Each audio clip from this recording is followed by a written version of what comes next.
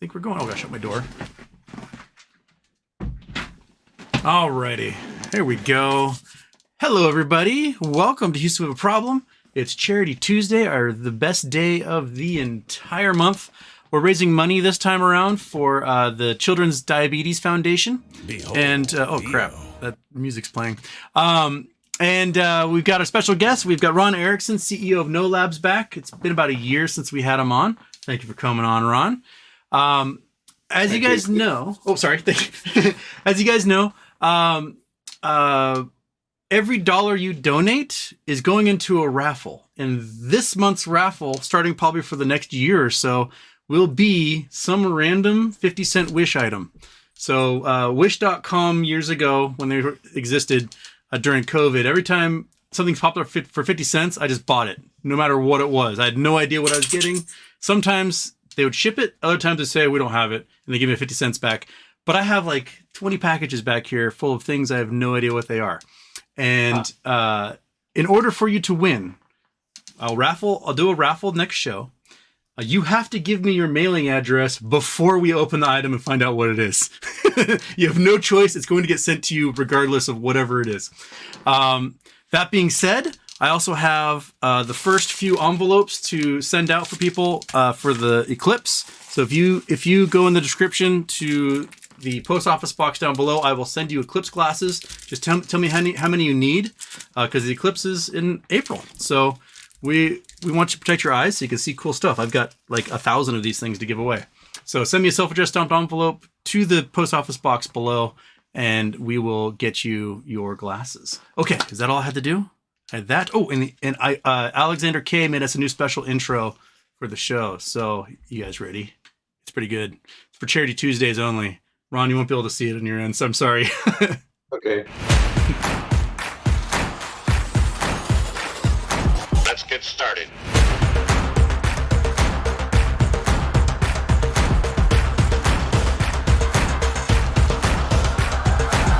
Let's go. Houston, we have a problem.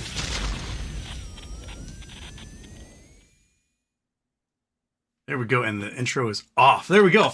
Thank you for joining us, Ron. My pleasure, Houston. Thank you. I take it you're in the office in Seattle? I'm in downtown Seattle, global headquarters. Yes. So it's big day. You guys did a big press release and released a video, and yeah. So Yeah. lay it on us. What's the big news? Well, the big news is that we announced this morning what we call our KnowU, wearable, non-invasive, continuous glucose monitor. As you know, we've been working on this for some time. We've been working on the whole subject of non-invasive glucose monitoring. And you start off with something like this, on the bench in the lab, and it's as big as a breadboard, Yeah. right? And then you go through the process of miniaturization, refining the technology. And so we've gotten to a point, we announced, if you recall, last June, what we call our Gen 1. It was sort of the first part of our technology you could hold in your hand. Right? Yeah, you'd put it on your body or hold it in your hand. Yeah, no, it was basically about the size of a computer mouse. Yeah. And so we've now gone the next step to a product that is about this size. I mean, it's pretty small. Okay. And it's going to have it has a little thing so this could go on your upper arm with or wrist with a strap. Yeah. Or an adhesive. It could go on your upper arm, on your body, wherever.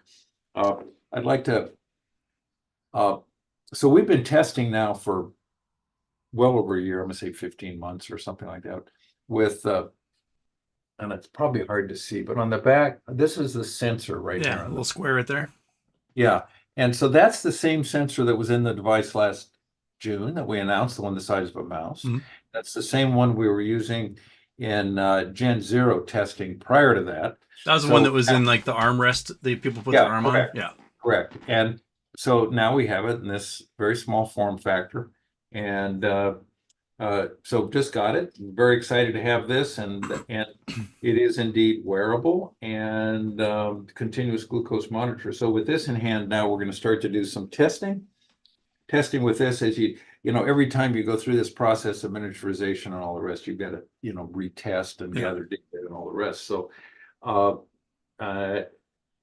I'm taking this unit in my little Pelican case, and we're taking it to Florence, Italy for the Globe's premier conference on technology as it relates to diabetes. ATTD, it's called, the acronym. And that's next week in Florence. We're excited about that.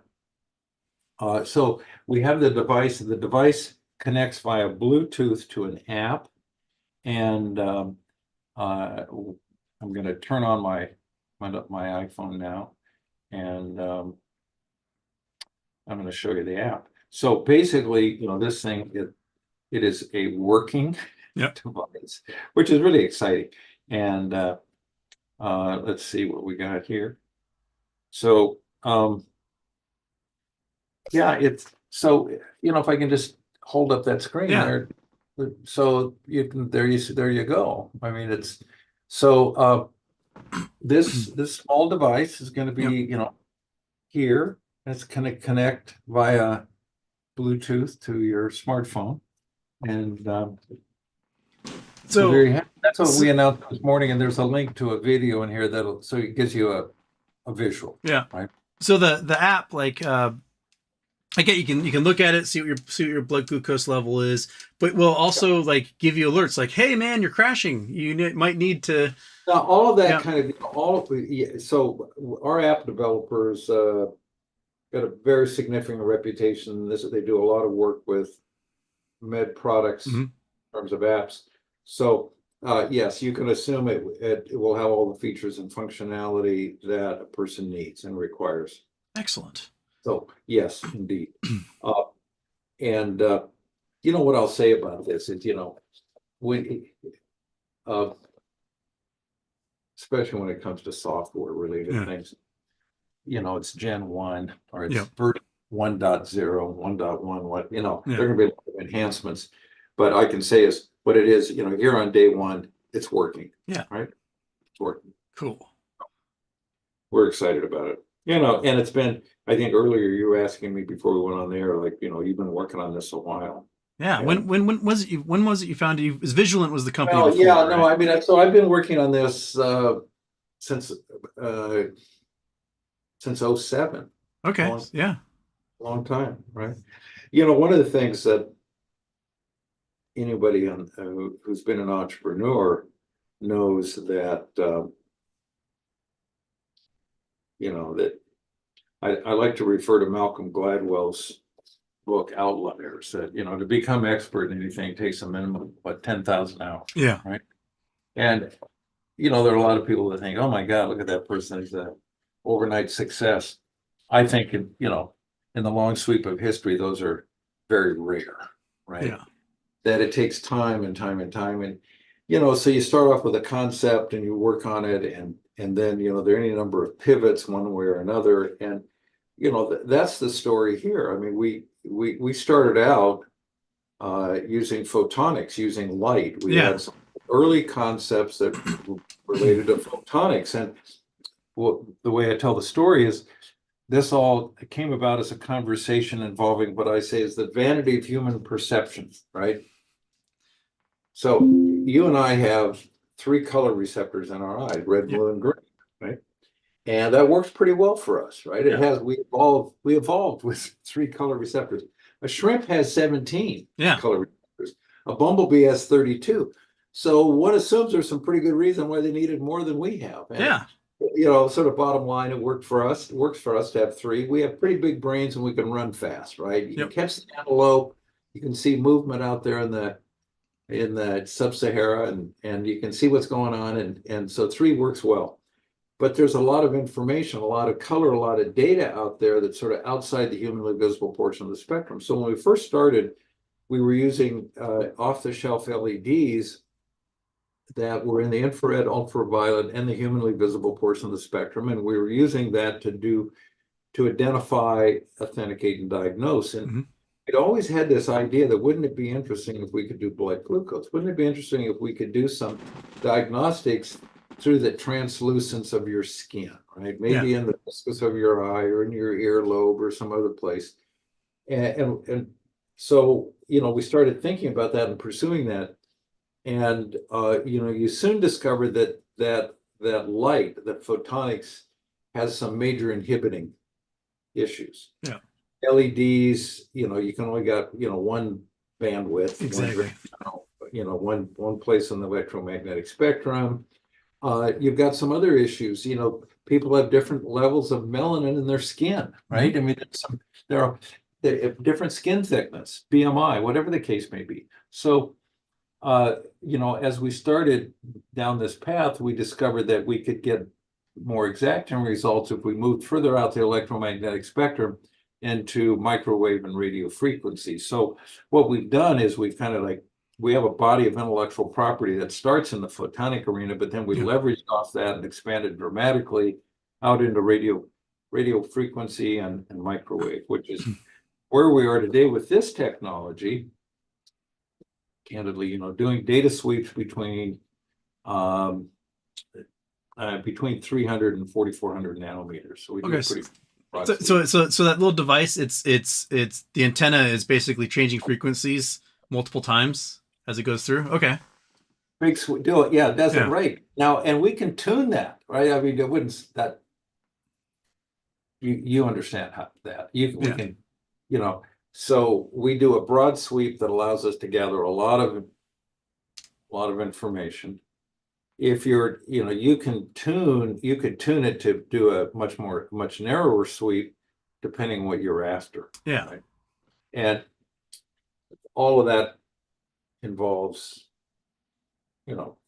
any number of things, like, the broader the sweep, the more power you need. Yeah. Right. Et cetera, et cetera. Battery life begins to affect that. So, there are a lot of component parts. So that's why we do that sweep, and then we gather all that data, and we put our machine learning AI-driven algorithms against that, and get the results that we speak of here with regards to blood glucose levels. Thanks. Now, one of the things, and I think you know this, is that our focus is on blood glucose. Why is our focus on blood glucose? Huge addressable market. I'll call it a pain point, right? A lot of people, 15 million people in America prick their finger every day. It's, it's a big part of what's going on in the world in terms of 30 million diabetics and 100 million pre-diabetics. It's a big number, right? Now, that's just in the US. Yeah. I was on the phone this morning with the premier endocrinologist in another part of the world, who has a population that is about 27% suffering from diabetes. 27 to 30. How about that? Yeah, that's crazy. So, one of the things I want to say is people will say, well, why is that happening? Why is that happening in other parts of the world? Right? Why is it? And what I like to say is that, well, it's simply a function of the long arm of American culture, and we won the cultural wars. Right? Yeah. Can I say that? I went to a talk when I was in college with a guy who was a medical anthropologist from Harvard, and he was talking about why Polynesians were much more predisposed to diabetes than Austronesians, who were like right next door. Right? Or sorry, Melanesians who are right next door. And you can go to New Caledonia. It's a little island off of Papua New Guinea. And there's like a line across the island where there's Melanesians to the north and Polynesians to the south, or Austronesians as you call them. And the Melanesians don't get diabetes, but the Polynesian people do. And they looked at it and they discovered that the Melanesians were mostly found closer to the equator, where you were less likely to get insane storm systems. And the Polynesians were found north and south of the equator, where you get incredible, powerful cyclones. And their bodies basically adapted to feast or famine. So during the growing season and the safe season, they would eat as much as they possibly could. A storm would come through, wipe out all their crops, and they would starve for a month. And so they would have to build up these big fat stores to live off of. And the Melanesians never had to do that. So while New Caledonia has adopted a largely American diet, the Melanesians just don't get diabetes because they always had this steady food source. They could metabolize it all. And the Polynesians just all get really big and get diabetes as a result of eating the American diet. Isn't that something? Yeah. Very interesting. Yeah. No, I think there are a lot of those, those, as you peel the onion and try to understand what's going on, that's a big piece of it. The other thing is I've had a unique experience over the last few years, as I, began to look at actually, this is an experience that goes way, way back, goes back 50 years, matter of fact, but, the added sugar, you go to the store and you look at the label and you look at added sugar, right? There's natural sugars and there's added sugar. And, a person might wonder, well, why was sugar added?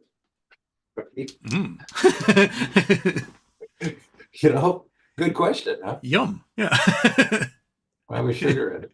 So, in the early 50 years ago, I was working with a gentleman by the name of Robert B. Choate. He had a group called Council on Children Media Merchandising. And I was a young, bright-eyed, bushy-tailed attorney at the time. It's only 50 years ago. And Bob was working on, and I was assisting him with his efforts to reduce the advertising on Saturday children's television of breakfast cereals that were sugar-coated. Bob thought that was a noble undertaking. Yeah. Had to try to reduce the advertising of sugar-coated cereals to little kids, right? That didn't seem to work out too well. But I'm going to say, so in many respects, this is a variation on the theme of the windmill I've been tilting at for over 50 years. Yeah. Right. Yeah. And we got people that the type 2 diabetes, people that develop diabetes later in life. And then we got the type 1 diabetes, which is often called juvenile diabetes because you're born with it. It's pretty wild. Like, there's lots of talk about weight loss drugs out there, like Ozempic that's being used. So, I got to tell you the funny thing, Ozempic, right? Yeah. Ozempic, right? Novo Nordisk, and then Lilly's got theirs. So I got to tell you, is that going to make a difference? Well, look at the cost of Ozempic. Look how much they cost. Okay, so here's the deal. You want to hear kind of an irreverent take on that? The people who are consuming Ozempic for weight loss are people in the Hamptons or the Upper East Side of New York that want to lose 5 pounds. Yeah. I mean, I think there could be some interesting ancillary aspects to this because there is some early evidence that perhaps these drugs, these so-called weight loss drugs, really have an impact on what I'll call addictive behavior. Mm-hmm. So, there could be some beneficial unintended consequences or outcomes. I mean, we'll see. But, there's been, kind of, as with so many things, there was sort of an overreaction. People said, oh, my God, people are no longer going to need to prick their finger or whatever from diabetes because Ozempic is going to take care of the problem. Well, it doesn't quite work that way, right? Yeah, because not everyone can afford it or their insurance will cover it. Can afford it. And as I said, most of the people taking Ozempic are taking it to lose 5 pounds. Yeah. Because they can afford to. I'm wondering, like, there's a lot of baseball players who are reporting to spring training who were quite portly just a few months ago. And Pablo Sandoval, he was Kung Fu Panda. He's reported to spring training down like 50 pounds because he basically was booed out of the league because he was just too big. And I'm wondering, like, is Pablo Sandoval taking Ozempic to get down to weight so he could play better? But here's the thing about Ozempic, and it's a thing about so many drugs, right? Really so many drugs, but if it's statins are, there's so many drugs that if you exercised your will, you wouldn't have to consume. You wouldn't have to take, right? If you could lose weight, exercise your will, exercise, walk, whatever. You don't have to be a gym rat, but there are things that you can do to obviate the need for a lot of therapeutics, pharmaceuticals, and um, it's something you talked about when you were talking about New Caledonia. Let's just, in terms of how our bodies are designed and what is the wisest thing to do, if you think about us as historic, in most cases, pre-agrarian society Yeah. or certain unique circumstances like New Caledonia, we were hunter-gatherers, right? And so, intermittent fasting was how we lived. Yeah. Right. So you consume some food and you want a period, and your body consumed those fat cells. Yep. And so, in a way, we weren't really designed to do 3 squares a day. Yeah. Right? Eat when you could. That was a lot of human history. So, it's kind of, the and a lot of what we're dealing with, there are, if you've ever read the book Sapiens, I mean, I think that, what's interesting is that a lot of maladies begin to occur when you begin to shift to, an agrarian society, because you have concentrations of people, you get more sedentary. Yep. And I've always loved the brain teaser. Did man domesticate wheat, or did wheat domesticate man? Right. Yeah, that's chicken or egg there. Yeah. Oh, I'm gonna do an update real quick. We're at $1,086 raised for children with Children's Diabetes Foundation. We met our goal. My goal was $1,000. We are now. Well, congratulations. 8.6% past that. Give me a moment. I need to write some names down, so I can keep my list going before I lose it. Come on, mouse, work. Okay, so where was I? Who did I leave off? That was the chill face's last one there. There we go. Person with no name. Name. This is the painstaking part of Cherry Tuesday, is making sure I get everyone's names down for the drawing. SJ, fantastic. Whoa, SJ, thank you. SJ might have been the one to put us over. Bex. It's Canadian. And Stewart. I just lost my spot. 10. Steve Gaghagen.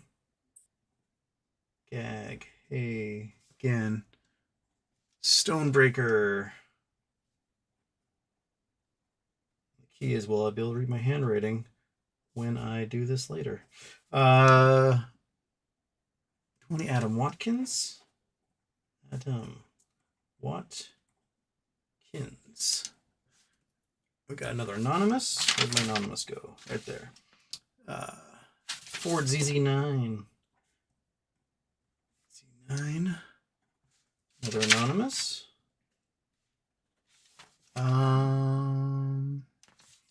I Not Your Friend. $20. I Not Your Friend. Levon Hampton.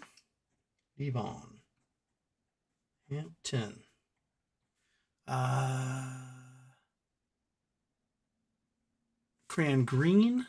Oh, whoops. That thing just reset, didn't it? Okay. Crayon Green. That's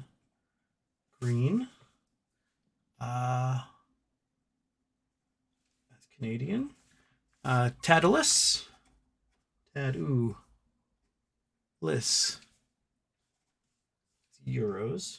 Got people from all over the world. We got euros. We got rupees. We got British pounds. Stephanie L. DJ. A lot of Canadians in here today too. Another anonymous. And Mark. Oh goodness, you guys are going so fast. You guys are going faster than I can write these down. Mark, it's like it just keeps extending. Mark Wood. Frozen State Productions.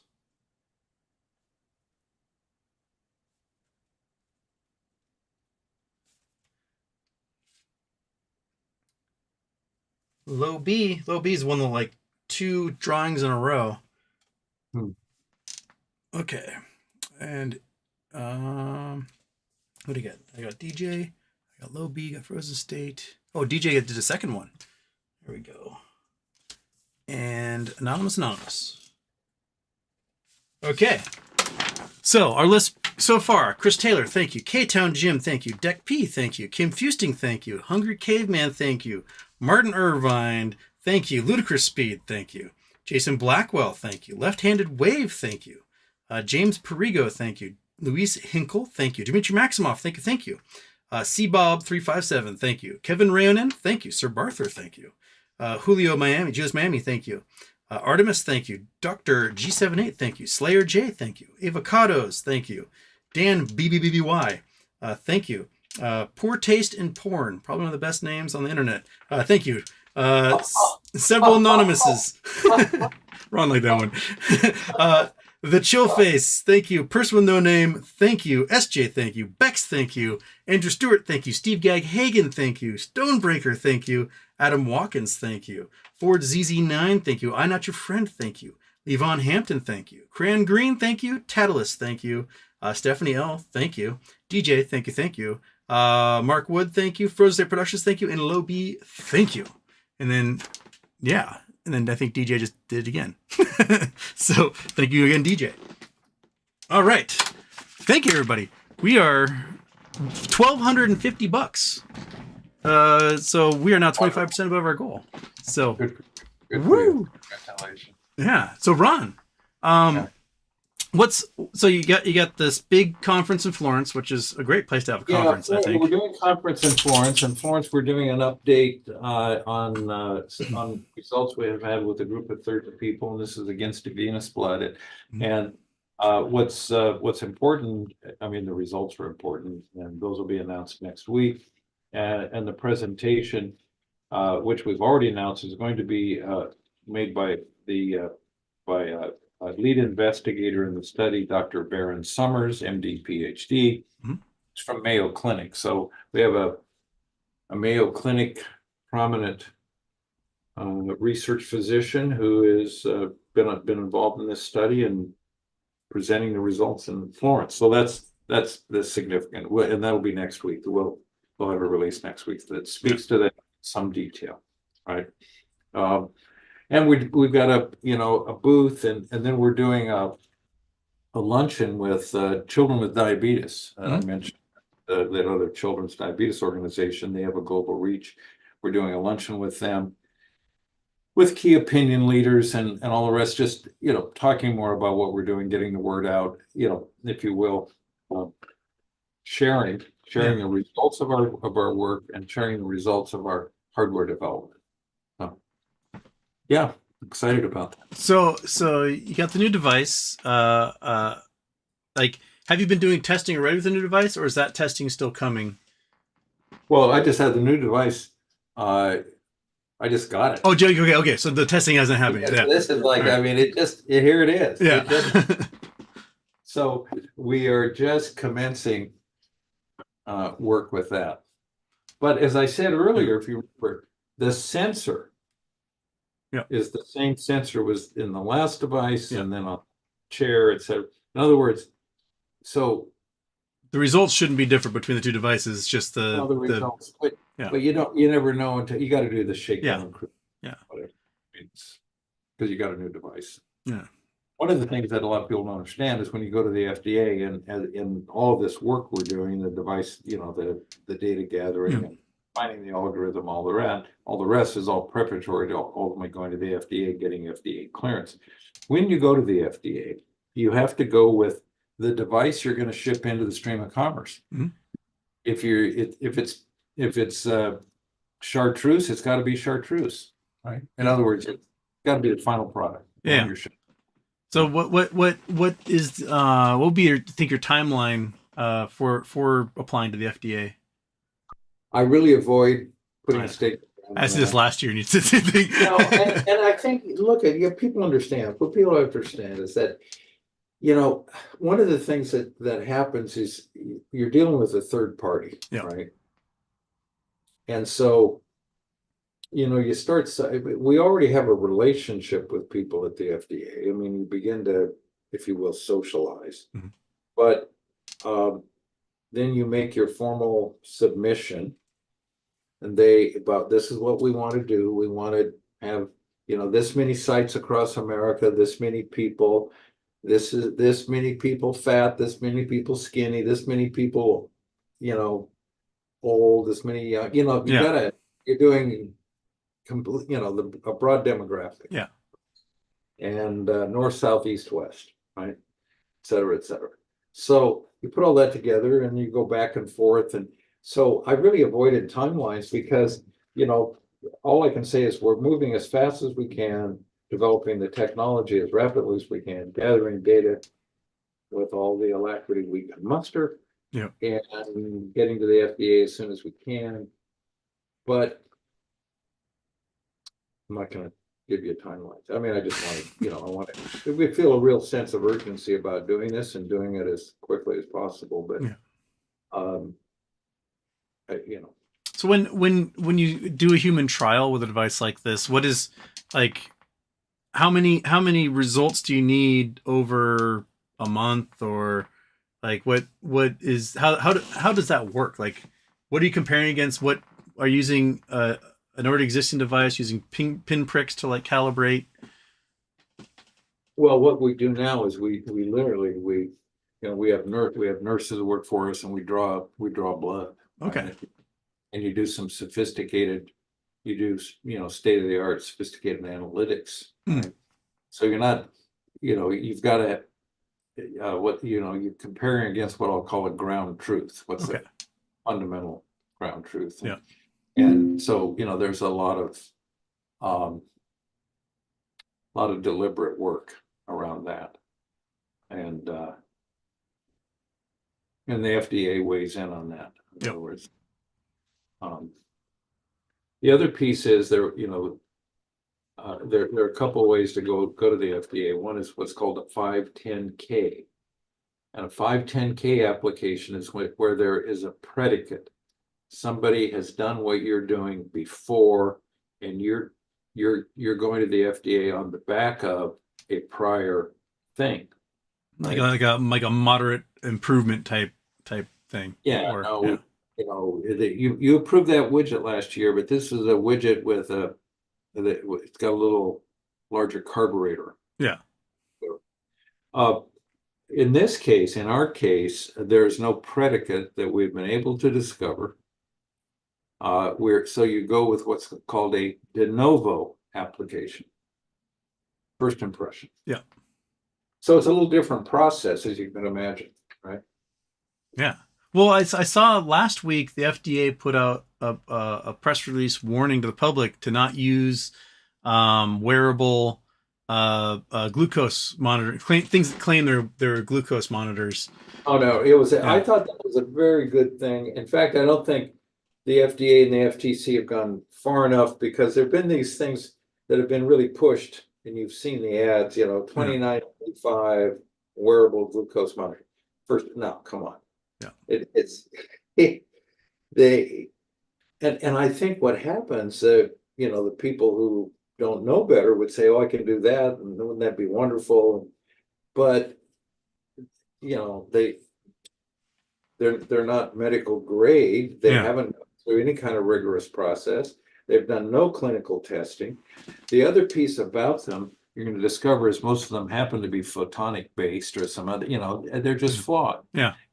So I would like to see the FDA and the FTC go a little further, and we'll see. I mean, they should, because there've been a lot of false advertising, right? Misleading advertising, and but we'll see. I thought it was a beginning. Yeah. I thought their admonition was a beginning. I've had all kinds of inbound from people say, "Oh my God, look at somebody beat you to the market. Yeah. They've got this blood glucose monitor for $29.95," and we knew. Yeah. I mean, one of the things that I mentioned, I think we have 270 plus patents pending and issued. We got a lot going on our IP, and we built a really significant portfolio. We're the largest holder of IP in the world when it comes to non-invasive blood glucose monitoring. Yeah. How about that? Number one, third parties have indicated, done the surveys, the tests, we're number one in the world, non-invasive blood glucose monitoring. So, and you look at this kind of, this thing out of Szechuan or wherever that, $29.95. First of all, there's no IP, there's nothing, and they got, it's, They're coming out with something you rejected 15 years ago. doesn't work. Yeah. Doesn't work. It's interesting, and I don't know if I mentioned photonics and we talked about melanin, and I don't know if you've seen this or paid attention to this, but in the COVID context, your pulse ox level was one of your diagnostic modalities, right? I mean, gee, Houston, your pulse ox is is at 90 or 89. You better go to you got a problem. Let's go. And it turns out in that process, this first came up, there was a letter to the editor in the New England Journal of Medicine, and little things started, that was out of University of Michigan, and things started bubbling around, and then the FDA had hearings, and then they appointed a task force that photonic based pulse ox SpO2 readings are inaccurate with people with high levels of melanin. Well, it's a red LED they use, right? On the finger. Right. Yeah. So, and there were people with very dark skin that had that were slow to be diagnosed with COVID because of the flaws in the pulse ox reading, blood ox. Yeah. So there definitely should be a market on there. It's something that happens across the tech field in general. Like you've got facial recognition programs that can't recognize black people, right? Because they were never tested on them.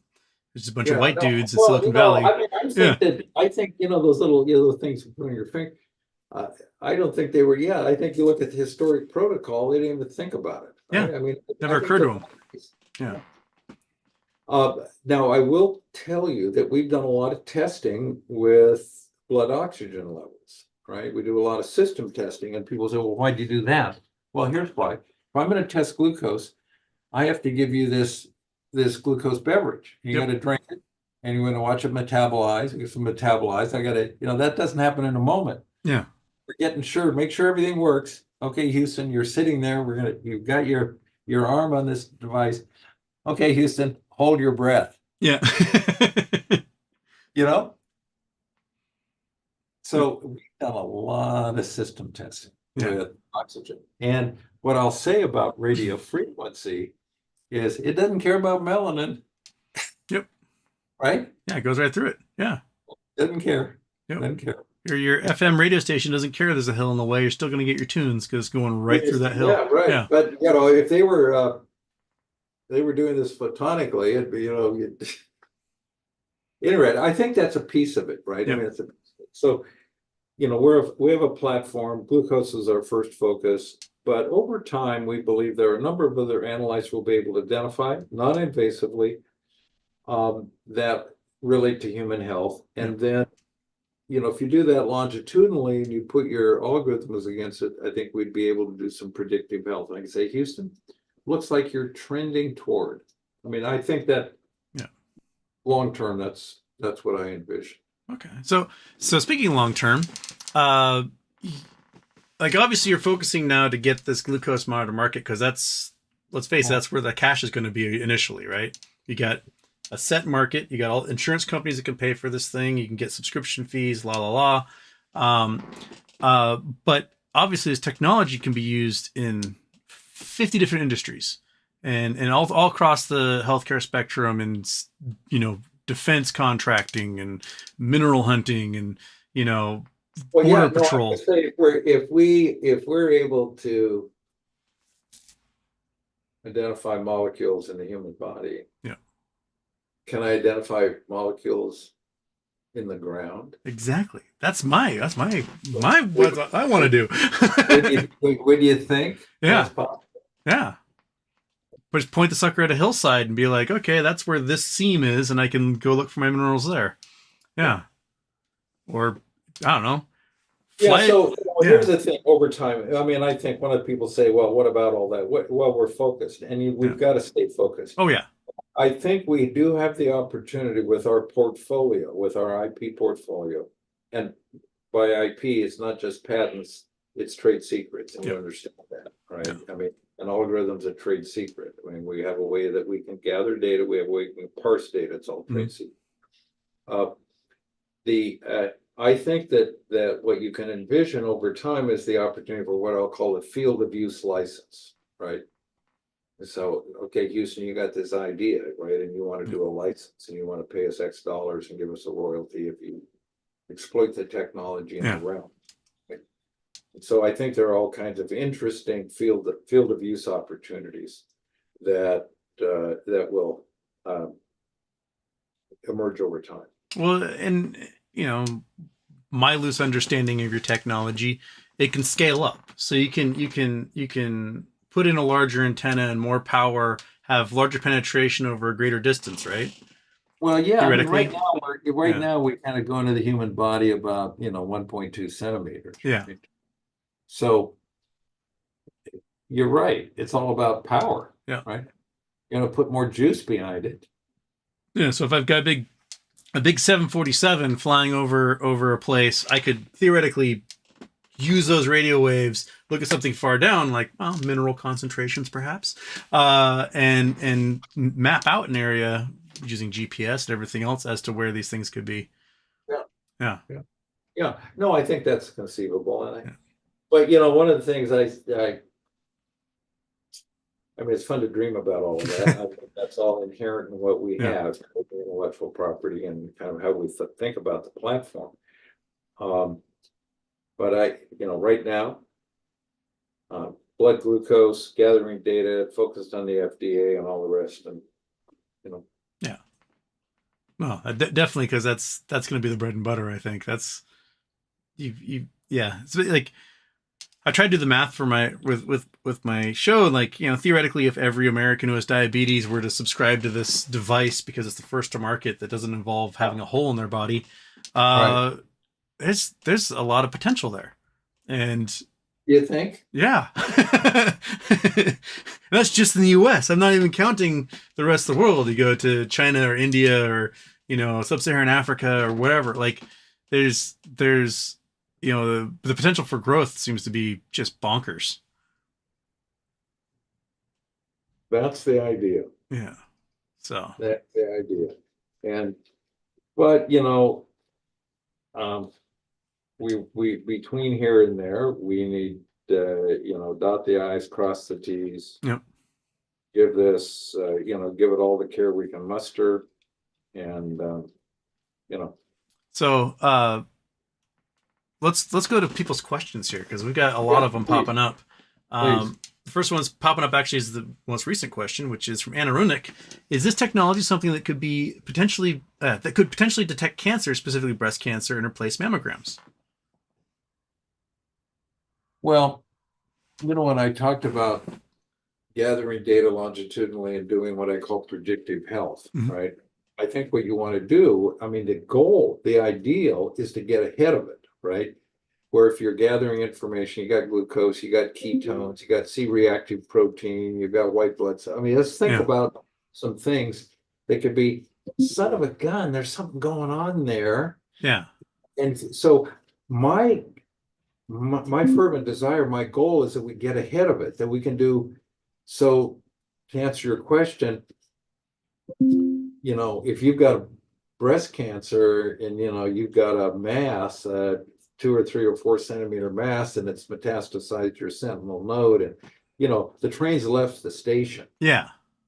So if you could start to see an early predictor, if you could get an early predictor, and get way ahead of it, so that you could have a very then have a screening device to get very minimally invasive lumpectomy or something or whatever. Yeah.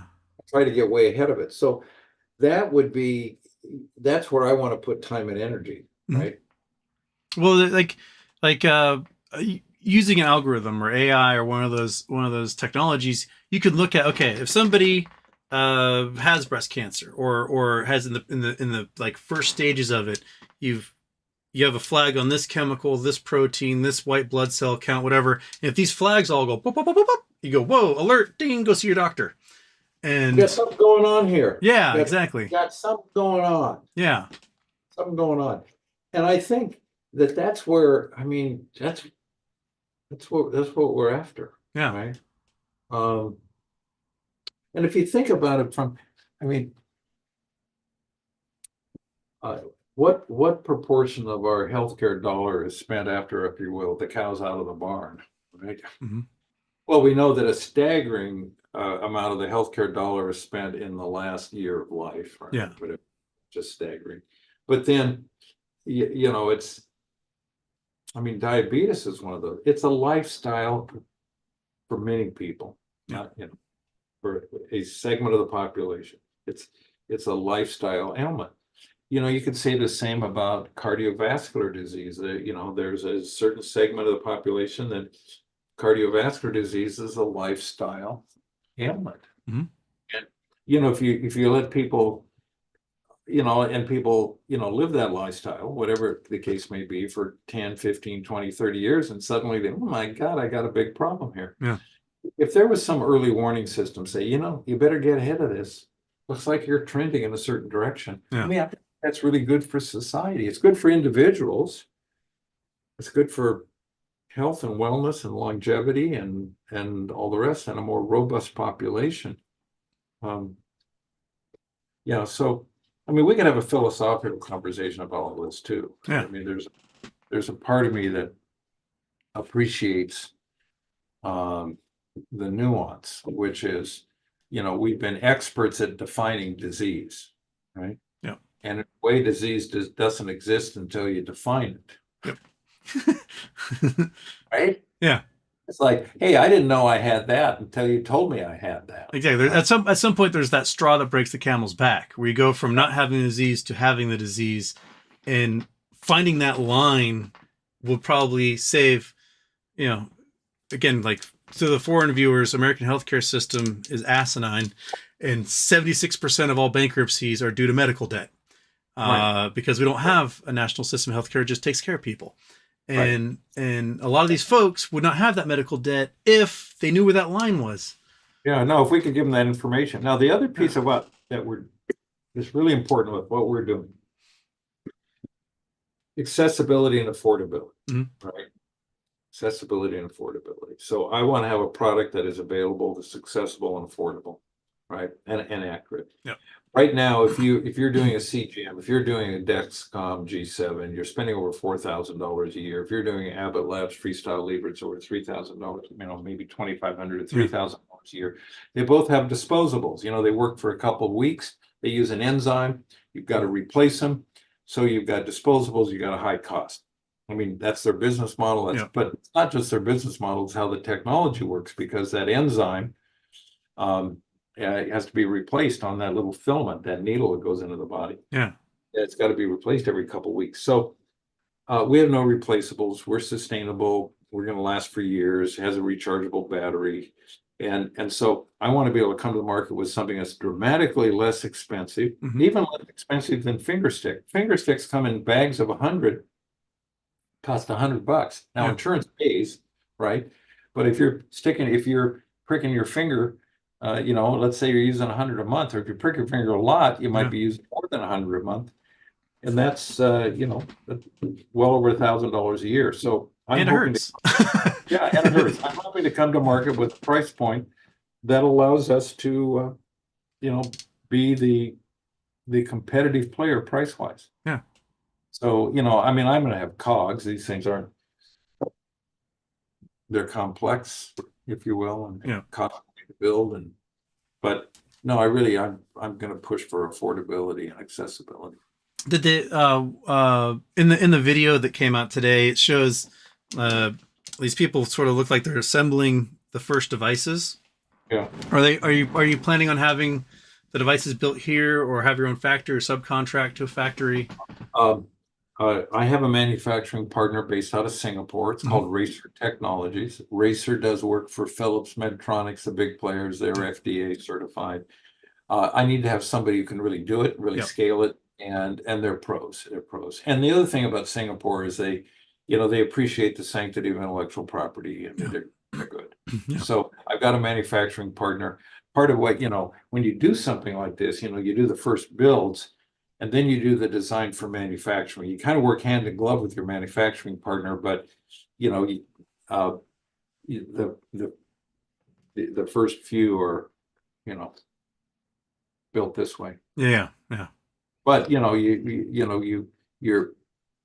hard on with your manufacturing partner the opportunities to scale. Yeah. And what like, let's say someone buys the device, it's come to market, FDA approval, blah, blah, blah, future, whatever time period that is. They buy the device, is the battery interchangeable if like the battery dies, or do you have to get a new device, or like, what do you think the lifespan would be? Rechargeable battery should be good for multiple years. Okay. That's that. And then, the other piece is battery life is a big deal, right? And, the battery technology is getting better and better every day. Yeah. I think there's significant opportunities. We talk on my show about there's an Australian company called Graphene Manufacturing Group that's developed aluminum ion graphene battery, and it has 10 to 12 times the energy per kilogram as a lithium ion battery. It doesn't need the heating or cooling. It can charge and be discharged like, I don't know, it's like 10,000 X more times than a lithium battery. And this technology's coming. It's really, really, really cool. Could you send me a link on that? Oh yeah, they're one of my, like, you and them are like my future holdings. Send me a link. I'd love to learn more. Yeah, Please. they're cool stuff. They just finished their factory. So Bosch built the tooling for their factory. They just finished that, and they don't quite have cells yet that are going to be commercially marketable, but they're pretty close. I think they're expecting to, basically, you could take your Tesla or whatever, take the lithium out, put their batteries in, and get 3,000 miles to a charge, stuff like that. So it's really cool. I'll send you a link to their stuff. I wouldn't want to do that in a Tesla. Oh yeah, I know. Elon sucks. We all know that here. What a God. What a poor hapless character. Too bad he has to live in that skin of his. Jeez, it must be a... This is why Ron and I get along. Yeah. So what I've got a certain kind, I have a bias. Anybody who's had that many hair plugs. Just live with it. The skin horns get longer and longer each day. You just gotta accept your fate.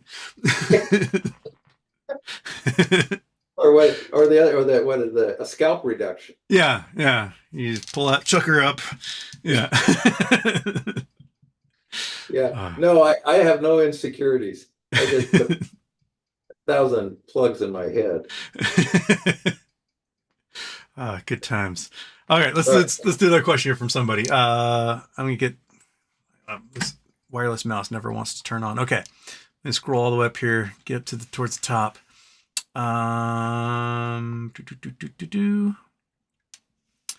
K-Town Jim have had diabetes diabetes 1 for over 20 years. With access to care and improved technologies, is it possible to forego heartbreaking complications? Well, it is possible to forego heartbreaking complications. So thank you, Ron, for trying to make this disease more livable.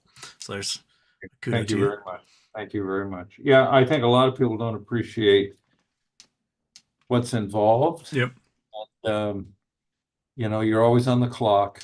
You're always paying attention. And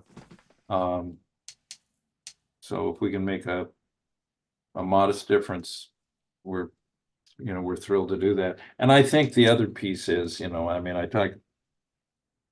may have heard me, sort of pick up a little bit of kind of how I think, and that is that I've said to many people, you got to keep in mind that a continuous glucose monitor is a Northern Hemisphere product. right? Yeah. I mean, those, all you fancy guys who spend over $4,000 a year and have something on your belly or your upper arm or whatever. I mean, good for you. Yeah. But when you have countries in the developing world where 27 to 30% of the population has diabetes, when it's just incredible. They can't afford CGMs. Yeah. Right. And so I think that that another piece of this is a device, our device, that could be a screening tool to help identify people in that really, very serious environment. Yeah. So least- that's when I mention affordability and accessibility, I want you to know that inherent in that is hopefully on my part sort of an absence of insularity and provincialism about how we approach the market. Mhm. Right.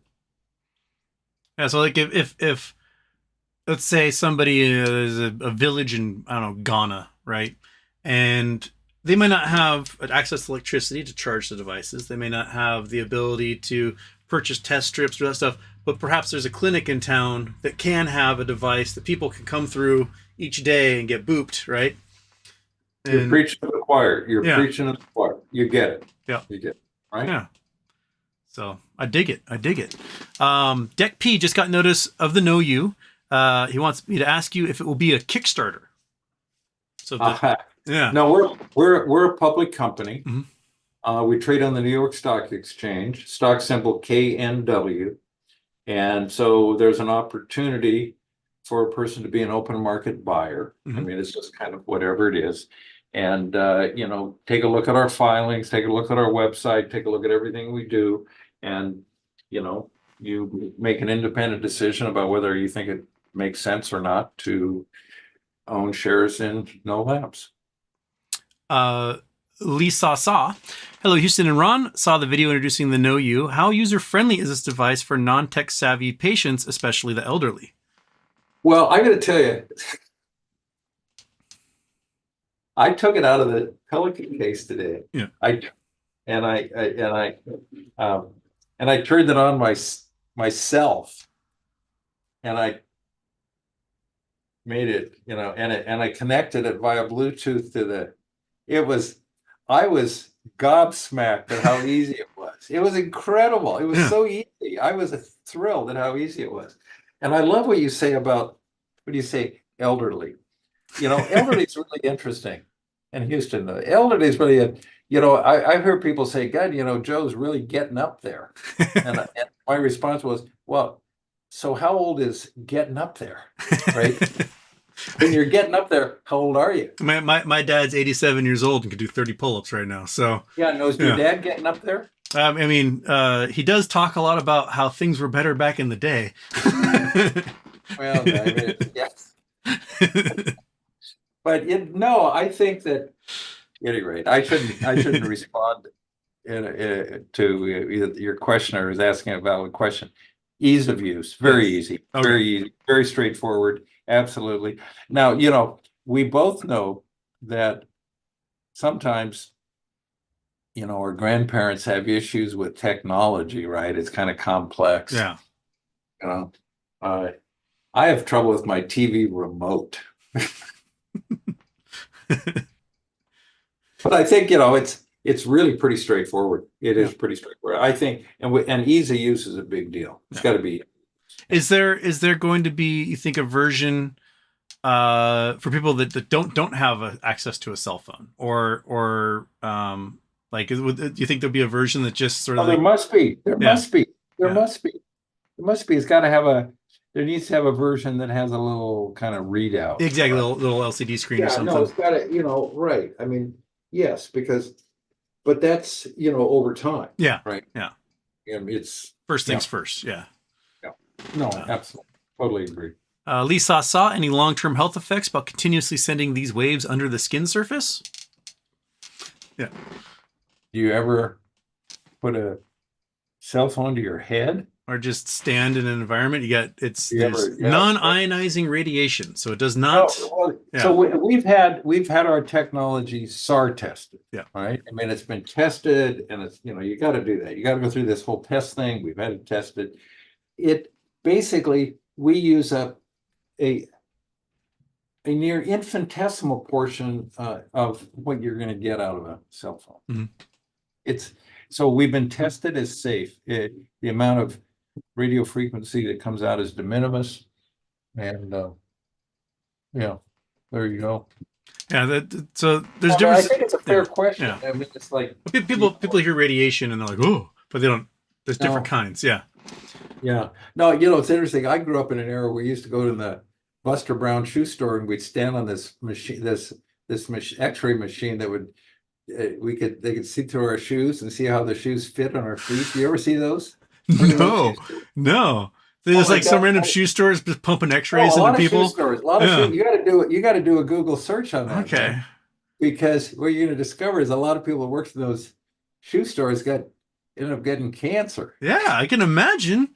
Yeah, they're not throwing a lead blanket over themselves when they're it's like the women who got cancer painting radium on the dials of clocks. the radium girls in Canada. The radium girl. Yeah. No.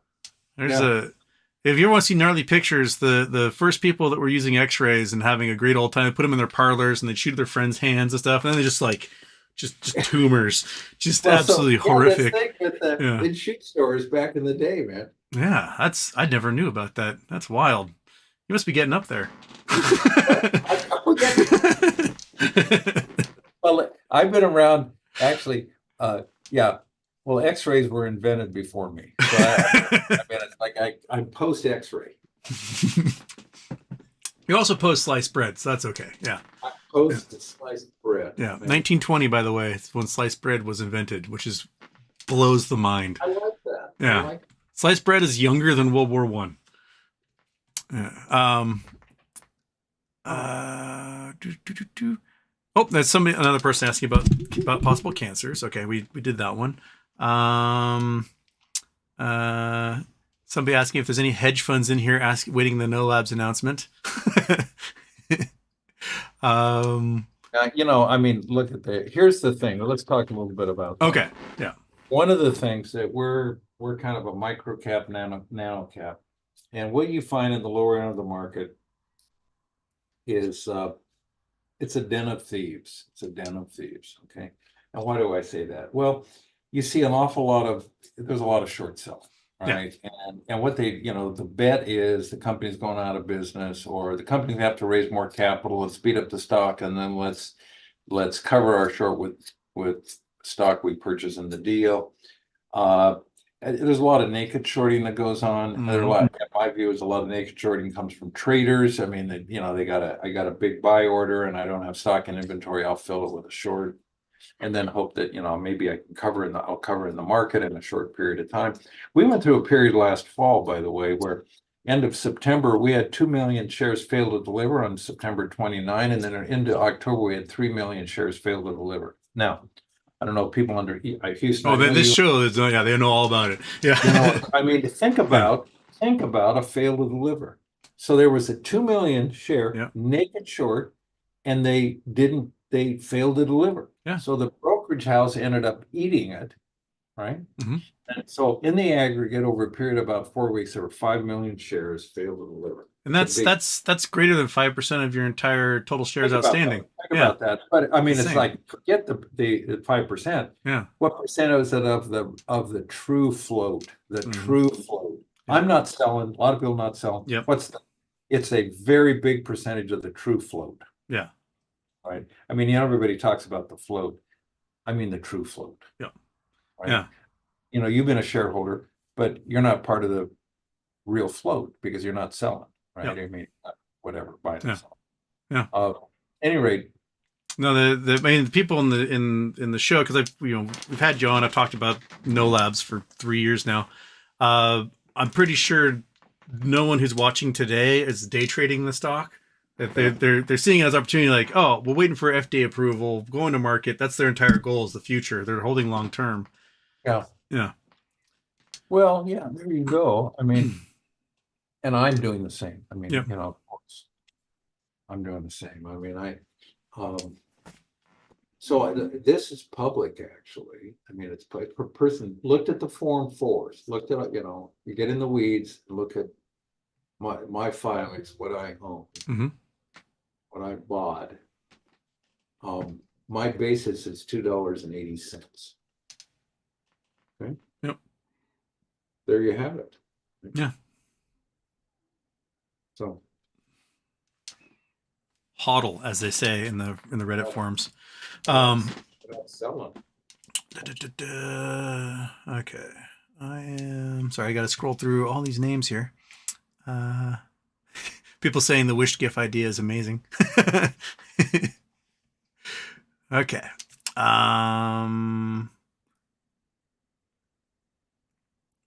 Wheatwild, please tell Ron, aside from being a proud shareholder on No Lab Success, building on No Lab Success so I could retire early, I'm not ashamed to ask him for a job. Or can I send my CV? That's from Wheatwild. He's out in Israel. I think he's looking to get the heck out of Israel at the moment. Well, look at it. My email's ron@nolabs.co. RonNoLabs.co. I mean, come on. Yeah. One of the things I like to be accessible, right? I mean, try to be accessible. Yeah. That is like, that's what I try to do. I mean, if this show ever gets bigger than like the 20,000 subscribers I have, I might be screwed. But I try to answer every message, every email, every text that I get sent, and a large portion of my day from when I wake up is just answering those things. And it's time consuming. So I appreciate a CEO of a publicly traded company also being willing to like talk to people. Yeah. Well, why not? Yeah. I mean, it's like, yeah, I mean, I think there's been I think we've been burdened in America by a lot of idolatry around CEOs. Yeah. I'll give you an example. Neutron Jack Welch, right? If you remember, Yep. built GE into this conglomerate that had a bunch of disparate parts, none of which related to the other, made most of his money off the finance side, right? I mean, and everybody was, larger than life, larger than Neutron Jack. And then of course the thing, Emil came in, Welsh left. And the thing is now it's done, right? I mean, it's done. Yeah. And it's also he was the beginning of the CEOs making 1,500 times what the lowest employee or whatever makes. And yeah, no, I mean, I call it it's the era of the imperial CEO. Let me give you an example. Well, so Welch, I got a couple stories about Welch, but so when Emil became CEO, he was so fancy that as he flew around in GE's corporate jet, he had a separate corporate jet follow him in case his corporate jet had a problem, a mechanical. He had a backup with him. Yeah. What kind of person thinks that way? What kind of person thinks that way? You got a problem. I mean, you're big enough, you should think you ought to have your own corporate private jet. But you got a problem, then charter something else, or exactly. Buy a plane ticket. Heaven forbid. Or fly home commercial. Yeah. Super saver in the back of the bus, whatever. But it's just kind of so that the imperial CEO. Jack Welch, though, was larger than, it was really funny, kind of larger than life, right? I mean, Neutron Jack, and he built GE. I ran into him, and I ran into him and met him. And, this is sort of how, it's so funny how this works. He was tiny.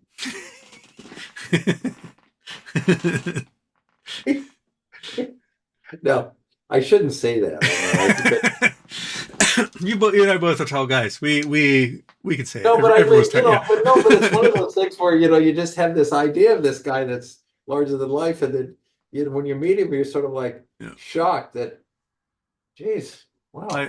I went to. I mean, the viewers are well. I went to this event in December where there was a larger than life CEO, and You know, he was nice enough to me, but he was wearing like little boy shoes and his like little tiny little boy pants, and came up to like here on me. And it's like, wow, perception has definitely changed here in this moment. I mean, could be a fine guy, could be a wonderful guy, but I could put you in my pocket and carry you home with me and keep you as a pet if I wanted to. Yeah. Sure. Yeah. Well, listen, I really, if you got some more questions there, and Yeah. if not, if there are a few I'd like to answer, but I'm gonna say I want to, and you appreciate this, head to the ferry. Oh, okay, yeah. I got a couple here from DJ Ron, hardware software engineer here. Are you building out the firmware in-house? Are your QA process automated? Happy to see progress made plus FDA approval taking place soon. It's a common internal, external, right? Okay. It's really a combination internal, external. You know, one of the things, I think business today is a little different than it used to be back in the day. Back in the day, you know, I had to hire all these people. You had FTEs. Yeah. We have 13 FTEs. So one day, just out of curiosity, I wanted to know how many people were working for us on that day. And there were 40. Yeah. Right. But we had 13 FTEs. So, you know, what happens, you're able to use them for 30 days, 60 days, 90 days, working on a project, and then you don't have to use them anymore. Yeah. And so it kind of like ebbs and flows and you can control it. I just think it's a new era when it comes to that. So we're inside, outside. Okay. All right. Low B, possibility for future applications such as monitoring A1C specifically as a metric when used in conjunction with diet and exercise to reach a target level. Yes. Yep. Yes. I input my daily dietary intake. Yep. Okay. How well does the device perform under conditions such as prolonged sun exposure, high temperatures, exposure to water, sweat, thinking about outdoor running, etc.?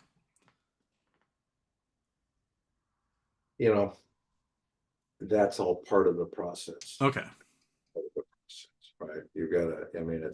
That's all part of the process that is embedded in regulatory approval. Mm.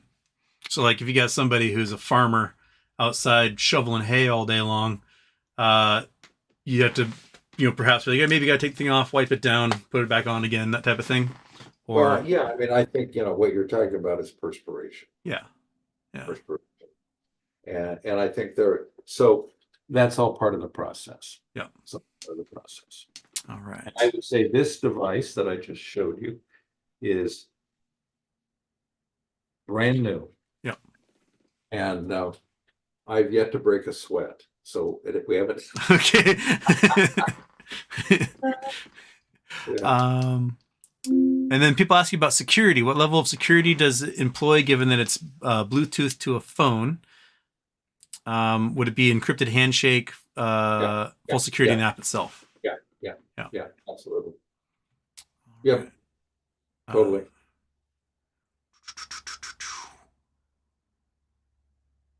Okay, we did that one.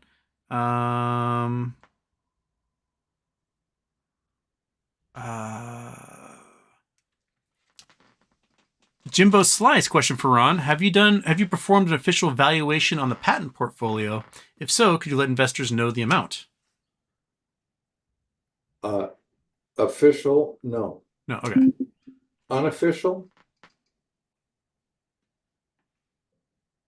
Back of the envelope. I mean, if you think, there are third parties that do these valuations. We haven't done that. We just sort of said, golly, we think that'd be worth a fair amount, but that's just totally internal. And yeah. So short answer, no. Okay. More than you think, probably. I don't know. Yeah. Well, here's the thing, what you're discovering, right? I think that the people's perception of patents waxes and wanes. Yeah. I think that the value of patents is a bit in ascendancy now. Right? Mm-hmm. Why would I say that? Well, look what Massimo has just done with Apple. Yep. for example. Right? Apple's got a problem. Yep. Massimo, I mean, you got a near $3 billion company. Massimo's what, 10 billion, maybe, I don't know, whatever they are, market cap. I mean, this gargantuan monster. Yeah. And Apple does what Apple does. I mean, let me call Apple unregulated. And so Massimo said, okay, we think you stole our intellectual property, and we think it informs what you do with your watch with regards to blood oxygen. Yep. And we're going to sue you. And we told you all about what we were doing at one point, and you said you wanted to work with us, but then then you ghosted us, and then you hired our CTO and our CMO and paid them a huge amount of money and hired a bunch of other people. But you can't do that. Yeah. We're going to sue you. And the thing about Apple is they've got they can just crush you. Mm-hmm. Right? Massimo never gave up. They said the CEO there was one tough cookie, and he just what you did was wrong. Yeah. So, and the courts agreed, and it's up on appeal right now, et cetera, but yeah. It takes a long time. I remember when Creative sued Apple over the scroll wheel on the iPod, right? Mm-hmm. It took 15 years to get a ruling on it. It was like 10 years after the scroll wheel was no longer being used. Yeah, right. Yeah, and then Apple ended up losing and had to pay Creative Labs a fortune. There might be an appeal still 20 years later. But yeah, it's little things like that, like the swipe to open was patented by somebody, and all these cell phone companies are constantly being sued for it. It's the patent market is insane. My brother has dozens of them, and has he told me a story about when he was working for Intel. He was working on these eyeglasses that had a laser beam that would shoot into your eyeballs and project basically on the back of your eye whatever image you needed. So it could be like a heads-up display. Wherever you look, there it was, like beamed into your brain. Right. They spent $1 billion plus developing this technology. He got it all ready to go, and he did a patent that's probably worth hundreds of millions of dollars. And to celebrate it, Intel gave him a T-shirt. Yeah. He was like, "I'm never giving you all my ideas again." Nice T-shirt. Yeah. Nice. Well, Houston, it's been a real pleasure, and I appreciate it very, very much. And we will stay in touch. Yeah. Look for what we're announcing next week. Perfect. Catch that ferry. Thank you so much, Ron. It was a pleasure. Oh, my pleasure. Thank you. It's always fun, and I really appreciate it. And thanks to everybody who's listening in. Have a blast in Florence and post lots of pictures. Okay. All the very best. All right. See you. Thank you. Thank you. Bye-bye. All right. We got Ron there for a while. Also, I've not finished writing down. We got more donations since, who was the last one on there? Low B was the last one. Where's Low B? Low B. Oh goodness, a whole bunch of you donated since then. We're at $1,474 for the Children's Diabetes Foundation. Fortunado.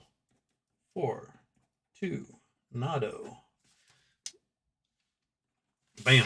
And if you got here, every dollar donated is an entry for the raffle for whatever weirdness happens to get pulled out of the pile of 50-cent Wish. So Robert Hurt. Thank you, Robert Hurt. There we go. David Wick. And man, thank you guys so much for making yet another successful Charity Tuesday.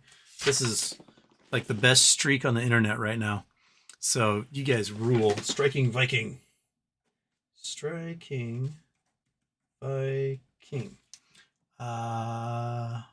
Up there. And Let's Hope donated. That's an excellent name for Charity Tuesdays, the Let's Hope account. That's in pounds. And I do try to correct according to denomination as to what the value is. Oops, ruining my little board there. Justin G. Boom, another anonymous. Another anonymous. Goodness gracious. The anonymous is.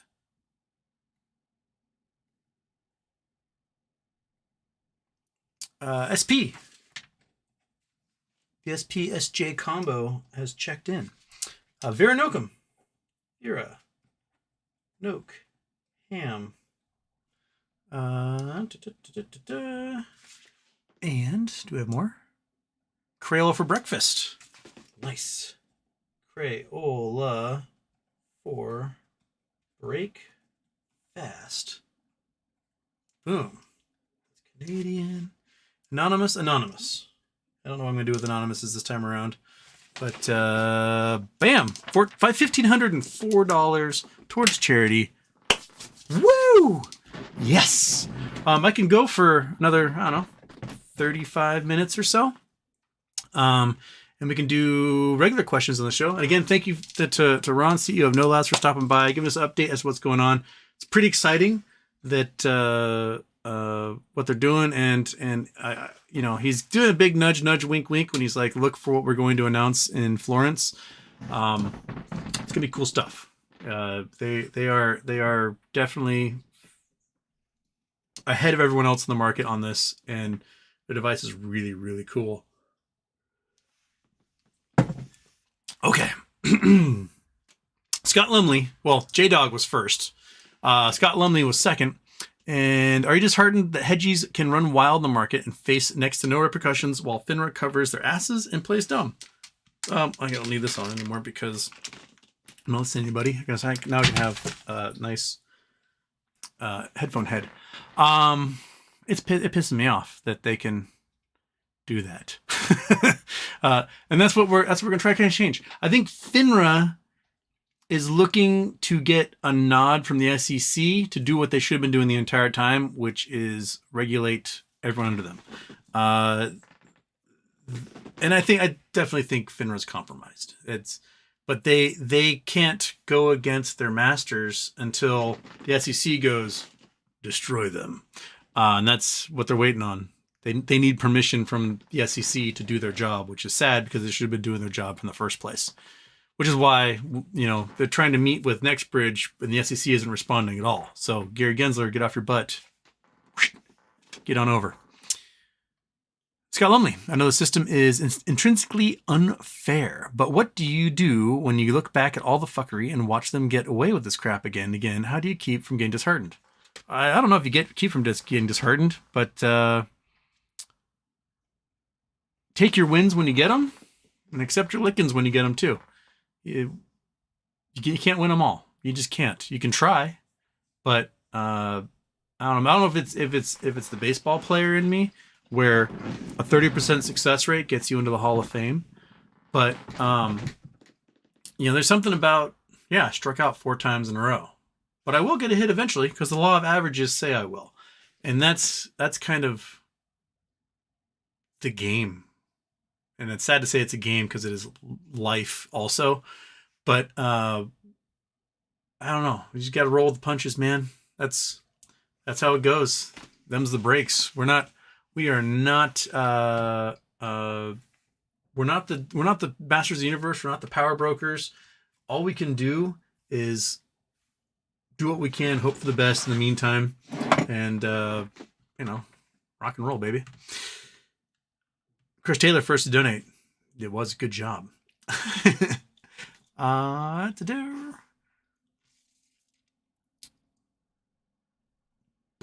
that one. Jason Blackwell, I normally give as anonymous, but I want a mystery box. See? There you go. Mark Kilpatrick, Houston, can you... Oh, I did that one. Yeah, we did that one. Okay. Are the hedge funds in here? Was asked Comfy Sofa. And yes, they were. There was someone named like Asian Mensch that was in here. Definitely a hedge fund dork off. They had to get booted. I read some of their comments and like, you might be that... what was... White Diamond Research, was that the basement dweller that did that research piece on No Labs as a hit piece? Like, Ron is not successful. The guy was behind Newegg and Double Down Interactive. Like, he's been a very, very successful entrepreneur. So when he puts his mind to it, stuff happens. Kevin Rayonin, happy birthday, Houston. Hypothetically, if Nextbridge Hydrocarbons were to get a $3 billion settlement, what would that come out to per share basis on the float?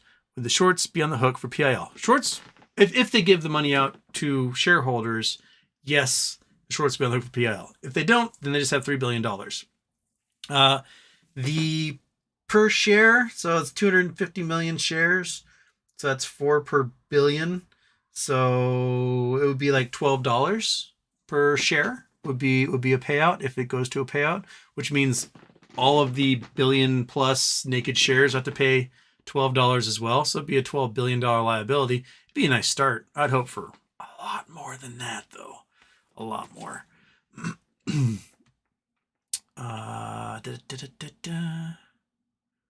Kelly Reed, Houston, doesn't it seem like we've been through every realistic scenario on how this would end, and there isn't a single one that is does not involve economic collapse? It's not just the interest, but the cost of entitlements, non-discretionary spending that make this a snowball going down the hill of Mount Everest. Yeah, I mean, a giant Swedish bank today, Jersey sent me the article, basically wrote off their commercial real estate assets. Basically said, hey, we're fucked. Our commercial real estate bonds are worth nothing. We're not going to get any money back on them, so we're writing it off. And it's happened with the German bank last week. I think some of the Swiss banks, some of the smaller Swiss banks, like the Canton banks, are realizing this now. The American banks won't admit it yet. Why? Because they still have the BFTP, the Bank Funding Whatchamajigger program, which ends on the 11th. And so they get to use those bonds at their paper initial value. So if, like, say, oh, it's $100 million bond. Well, the market is trading for like $1 million, but they can use it as collateral with the big term funding program. That's right, BTFP. They can use it with the Fed at that initial value of $100 million and take a loan out to cover, well, their depositors. And that ends in 2 weeks. In 2 weeks, you will not be able to do that anymore. The banks all of a sudden have to write down all of that really, really bad debt, which is where all their depositors' money went. And who knows what happens after that. But my guess is regional banks will be exploding or imploding, not exploding, imploding. They're shunk, and that's it. They're under pressure.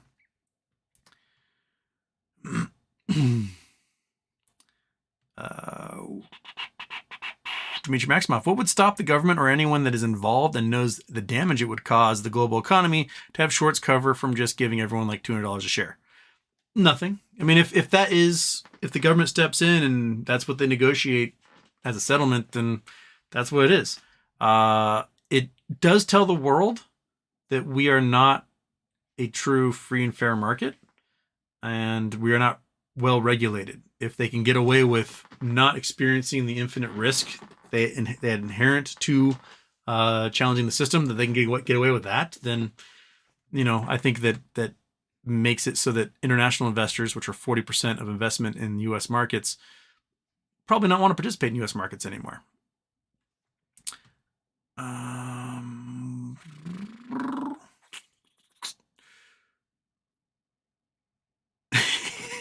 Sir Barther, give me that box. I want a Hancock. Artemis wants a Mystery Wish package too. Oh, buddy. First name, last name. The wish gift idea is fucking amazing. Throw in a few random good gifts, and I bet you get donations out the wazoo in later shows. Hope you have a great show. I hope I have a great show too. So, Will, has the show been great? Has it been going okay? Michael O'Hara just tried donating, kept saying something went wrong 3 times. Oh, man. I had the same problem. I tried to donate to my own charities, and YouTube deleted my credit card. They were like, no, we don't know what's going on. Delete. I'm like, well, I'm trying to donate to my own charity Tuesday. Can I use my bank account that you guys send me a check every month? Can we use that? Like, what is wrong with you? Can you just shave it off what you pay me? What's going on? Who's taking beta intros? One intro, baby. That's all we got. We got one. Okay. Crayola for breakfast. See my currency from back home in the intro. There's a lot of currencies in there. Where's your back home, Crayola? Oh, Checkler's on GME shares. I did not ask him that. I should ask him.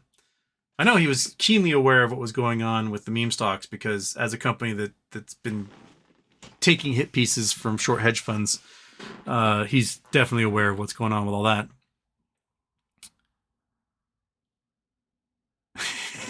Brandon Wells, what's up, Houston? I hope BBYQ pops off soon so I can buy a shit ton of No Labs. Thanks for the financial advice. Not financial advice, not financial advisor. Steve Hagen, crap, my $5 donation was anonymous. I got you in there. Was it? So did you?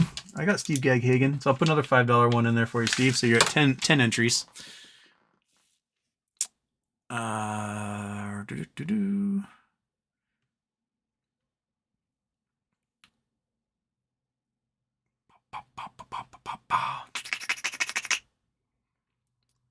Currently watching the aftermarket on No Labs at the moment. What is No Labs doing? I had them up on my little doodad here. Back up to 70. So there you go. After hours, doing all right. So it's up 3% today. Not too shabby.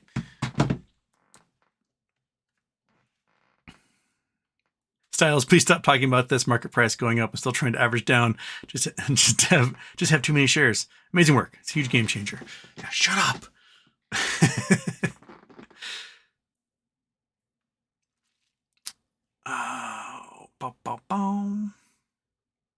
Oh, just Pet Pals can't donate. I'm sorry, Josh. I don't know why. But, you know, we met our goal. We're $1,524 because Prontol just jumped in here. So we got Prontol. Add you to the list. Prontol. Boom. So, success.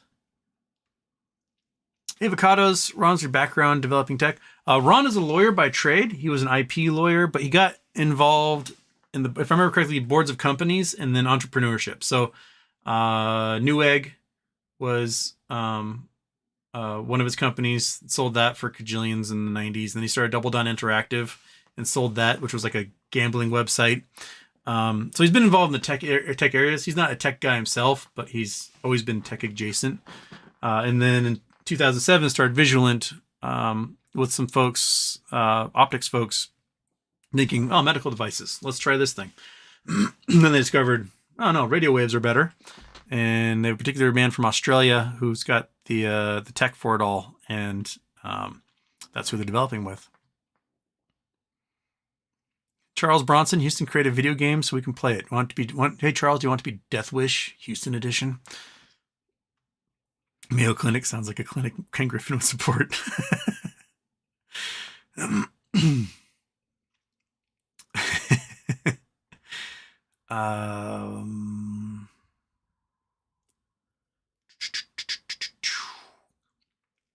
Security questions. Pure American, thank you for acknowledging melon effects and the creation of your device. Type 2 diabetic. That's a big thing. Like, so Matt was trying to create a device. My cousin is dating a man who has a PhD in optics, and he originally founded a company trying to do a non-invasive device in the visible range as well. And I think that seems to be the starting point for all these companies, is that they're like, oh, visual light, we'll just pump an LED in there and then do the readout. And I think they hit the same wall that Ron did, or they just ignore it entirely. And I don't know where you go from there, right? Like,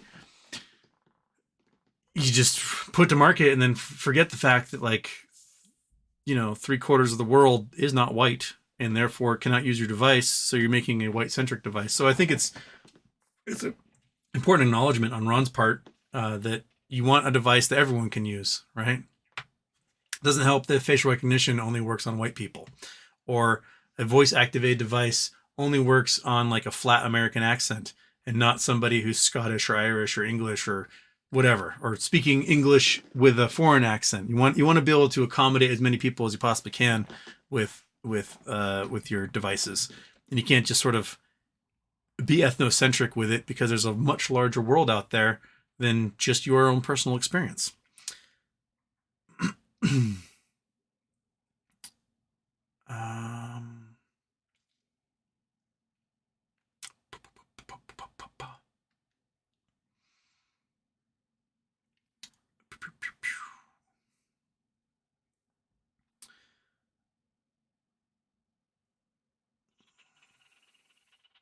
Jimbo Slice, John Cronin, was brought on as a new board member, and his company specializes in IP valuations. Would make sense to have an official valuation already on patent portfolio. So maybe that's what they're getting there.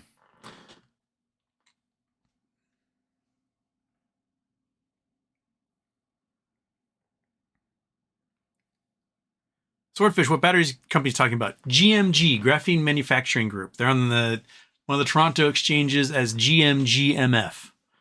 GMG, motherfucker. That's the aluminum ion graphene batteries.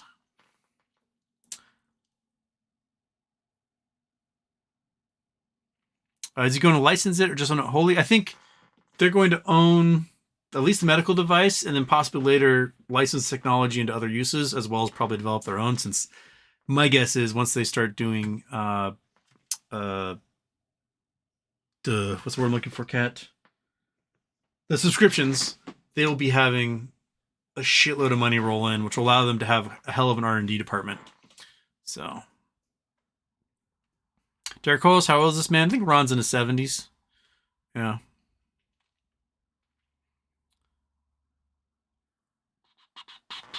Cheshire Houston just catch show. Is the device FDA approved? Any plans to partner with Apple?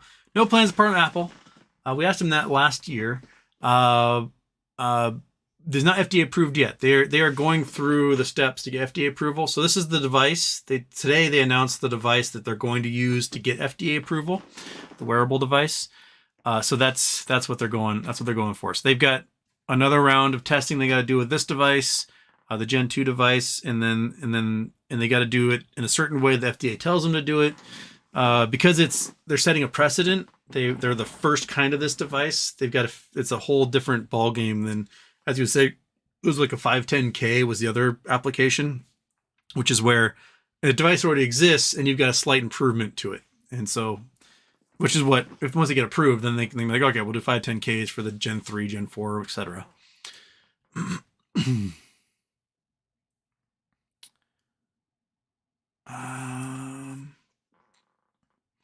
Is that a Masonic ring? Asking for a friend. No, I think it's his class ring from UW Law School. He's getting up there, and they still wear class rings. Michael O'Hara, the 5G conspiracy theorist, will think this device turns them into socialists.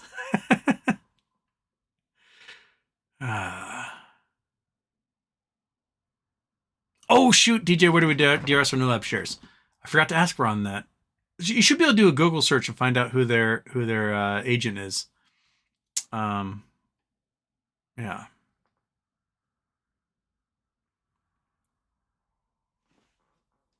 I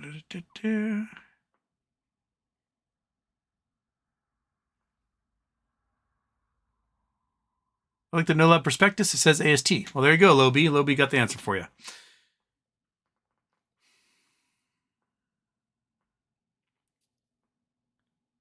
Can't believe my cost basis is lower than Ron's. Well, Ron did get in when they first went public, which was at like, I don't know, $5 or something. Yeah.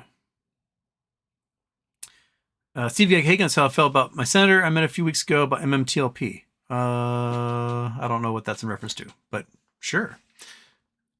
Can No Labs read testosterone levels? I bet they could. Yeah, because you just tune the device. That's basically what they have. Is you just tune it to the resonant frequency in the radio of whatever molecule you're looking for, and it finds it. You know how much there is. So it's pretty great.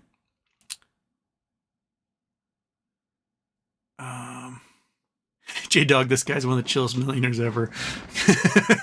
Ron is chill. And he also is really cool. Like he owns the Pacific Raceways in Kent. It's a racetrack. And he races like really, really cool classic cars. I think he races a Gen 2 Corvette, like first generation of Stingray.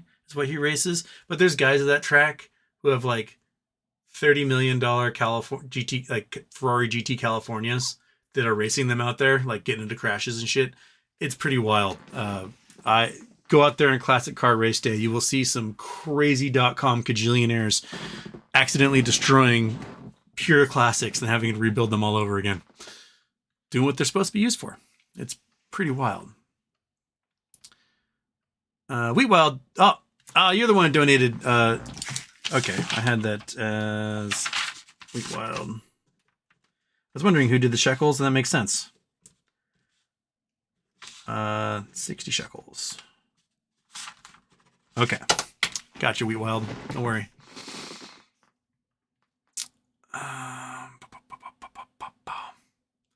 Derek Kohler's New Labs needs options so I can speed run my losing my money.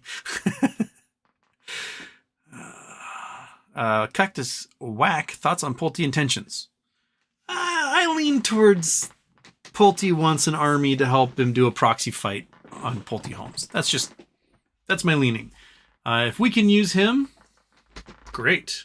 But I do have a feeling that he's got some uses for us, and that's, life's transactional. That's how it works. Speaking of Pulte things, I'm going to be on PP Show Wednesday evening, 8 p.m. Central.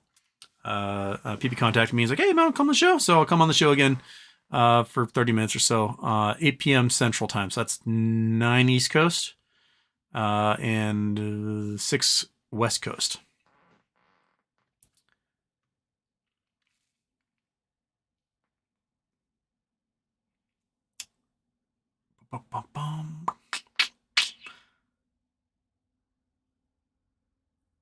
Oh, we got a couple more donations here.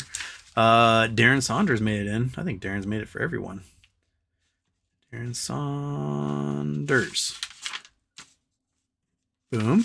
Fast like a bear. Fast like a bear. In Eclipse tickets, thank you for the Eclipse glasses. We are giving them away as well. Because I could try wearing 1,000 of them, but not quite working. So Eclipse tickets. Boom. Anyone else? So we're now up to $1,569. So fantastic.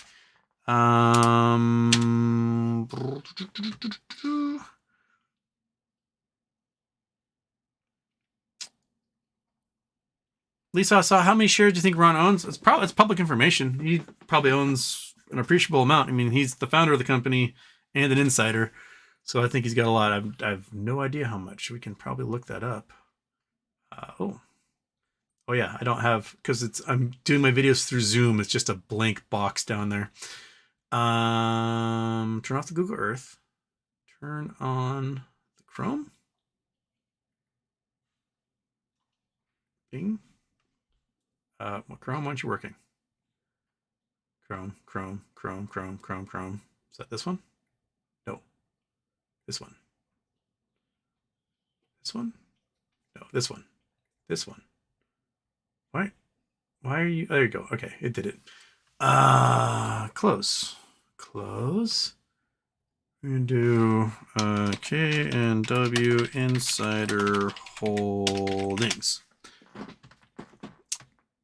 Inside activity, inside ownership and holdings. Ron Erickson, 1.4 million. That's as of March of last year. So about 2% of the company, I think. They have like 87 million shares or something like that. It's been authorized. So yeah, he's got his shares. And purchase, not awarded. Purchase, that's the big thing. Purchase. So yeah, there you go.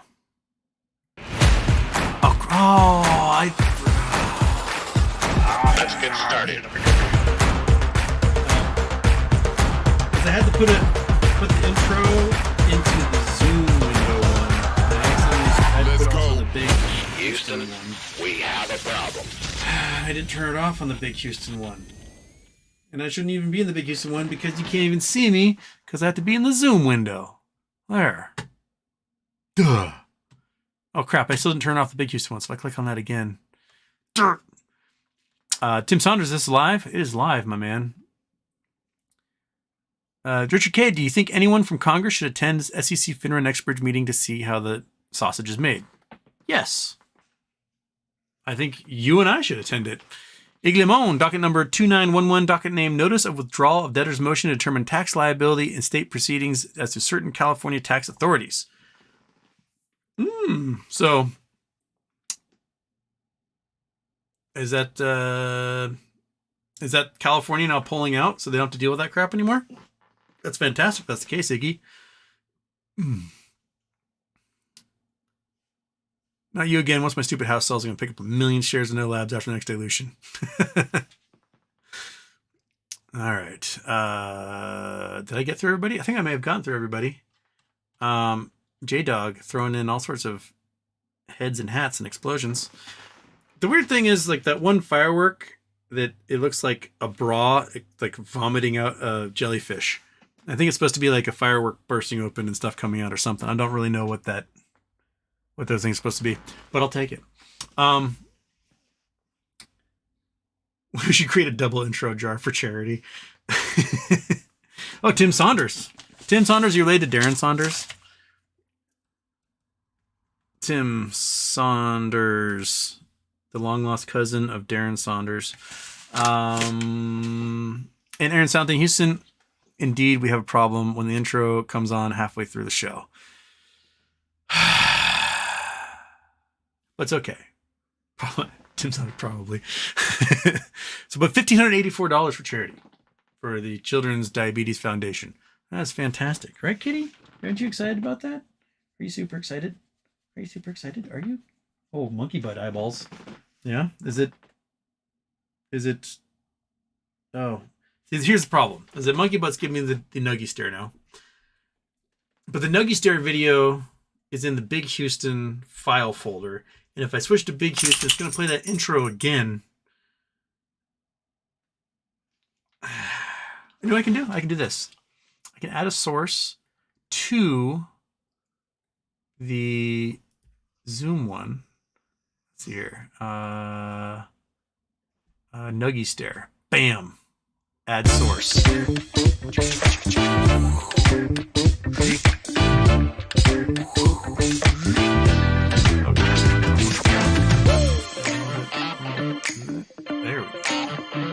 Yeah, brother. How'd that work? Did that work out, monkey?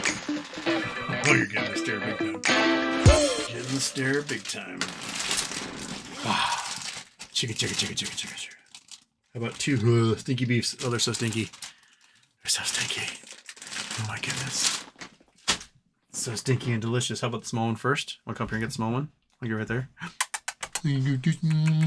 Oh, so tasty, isn't it? Oh, I didn't turn off the Nuggy Stare. Gotta turn that off. Okay, that's off. And this one, into the Jaws cam. Wait. Into the Jaws cam. There you go. It's the best view right there. If I could get her up into this camera, that would be amazing. Okay. Richard K., if the MMTOP parties get together, how soon can we see resolution?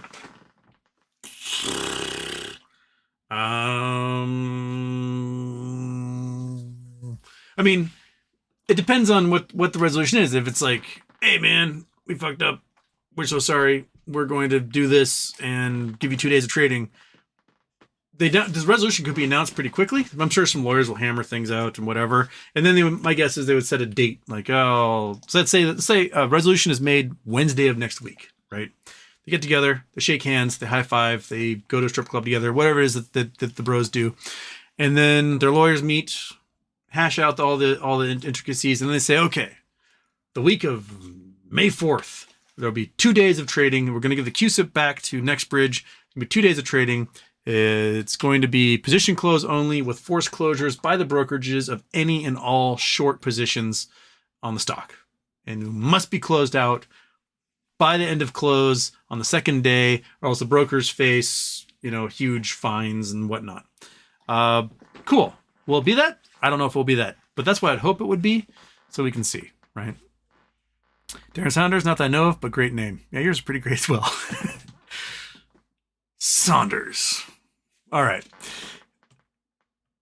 No, you again, Houston, why don't you become an accountant? Because I don't want to. Yes, CPAs are sad and miserable, but the money and a comfortable life is worth it. I don't want to do that.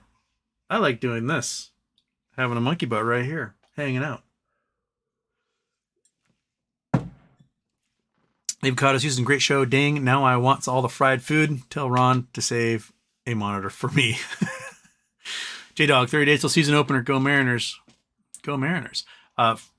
First at bat yesterday for Mitch Haniger. Blasted a homer. So that's, hopefully you can maintain the classic Mitch Haniger and not the Mitch Haniger made of glass. That'd be nice. Nuggy time at yearly Moas convention. All right. Are we there, Monkey? Did we finish it all? We got through the entire list. We got through all the chats. We talked to Ron for like an hour and 20 minutes. We raised $1,584 for the Childhood Diabetes Foundation. Yeah, so I think we did it. I want to thank you guys so much for joining me today and raising money and chatting with Ron. Remember, so tomorrow I'm on PP Show. Next week we'll have hopefully Rosa on Wednesday, and we're going to have Thomas Pettifree on Thursday. So we got more guests coming up. I'm in talks with another person, a lady who's been doing lots of walking through the halls of Congress, shaking hands and meeting people and talking about MMTLP and Nextbridge. So I'll try to organize, see if we can get her on the show. Have any other stuff coming up, Monkey? No, maybe? I don't know. And I'll do a regular show tomorrow. I'm not sure what time exactly. I do have to spend a good chunk of the day helping my aunt get onto the family plan for her phone, which she's not very technologically savvy. And I got to basically do it via phone with her at the T-Mobile store. So that is going to take a chunk of time. So I don't know if I'll be able to do a show before or after the PP show. We'll find out. Otherwise, I'm going to see you guys later. I'm going to say thank you so much for donating. Thank you to Ron for coming on the show. It's always a pleasure to actually talk with somebody. I like that part. So, yeah, monkey butt. I know you want to go outside. All right, everybody. Have a great day. I'll see you tomorrow, right? And one more Charity Tuesday intro for the outro. Bam. Let's get started.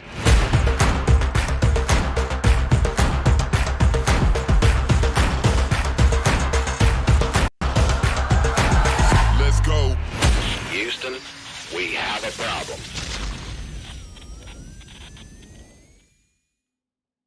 And thank you to Alexander K for our lovely intro.